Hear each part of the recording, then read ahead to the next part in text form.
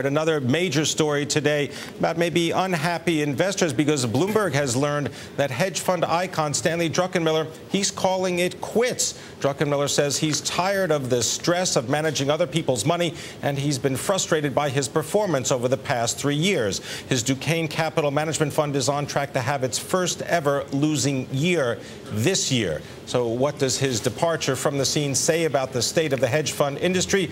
Let's talk to someone who knows a lot about the business. We've got Todd Harrison. He is the founder of Minyanville Media. Todd was a partner at Kramer Berkowitz, and also he spent time at the Gallion Group as well as Morgan Stanley. Todd, good to have you with us on Bloomberg. It's good to be here. What do you make of the departure from the hedge fund world of Stanley Druckenmiller? Is this just a case of he wants to go play some golf during the week? Well, I think, first of all, you got to give Stan some serious snaps. He's had a 30-year run.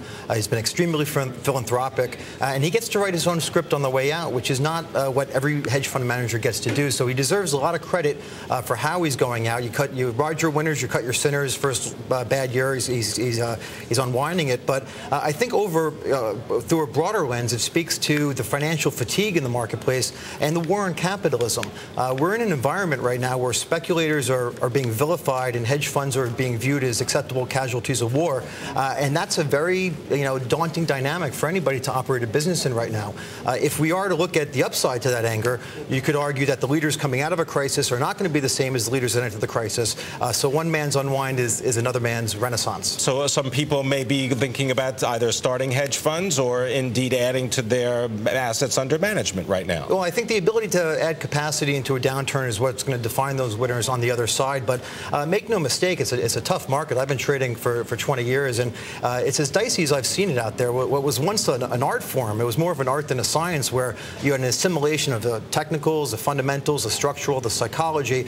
It was very much a fitting the pieces of a puzzle together. That's now morphed into this big game of chicken where you have the cumulative imbalances on one side, you have government intervention on the other, and all of us are just sort of stuck in the middle here. Well, one of the things that Stanley Druckenmiller seemed to do very well is combine a top-down macro approach to understanding the markets, as well as combining a technical look, using charts and technical indicators in order to understand where the best trades were. I mean, very famous for working with George Soros, the quantum fund, and breaking the Bank of England, betting that the pound would fall, the Deutsche Mark would rise.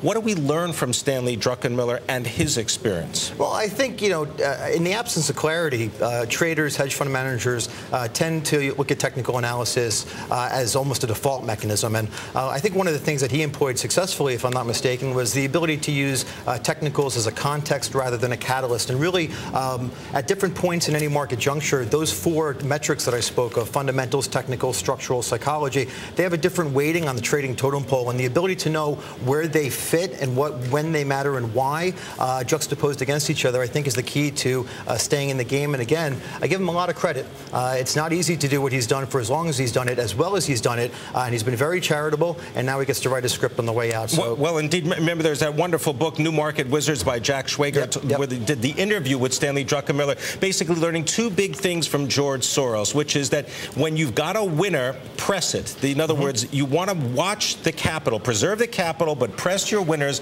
And then he said something like, it's not about how much money you make or how much money you lose. It's about how much money you lose when you're wrong and how much money you make when you're right. So it's about that preserving capital. That seems to be a key point. It's very much about the mechanics of the swing being more important than the results of the at-bat. And, you have Stan Druckenmiller on one side, you have Brett Favre on the other. It seems that Brett Favre is only going to end his career on a stretcher.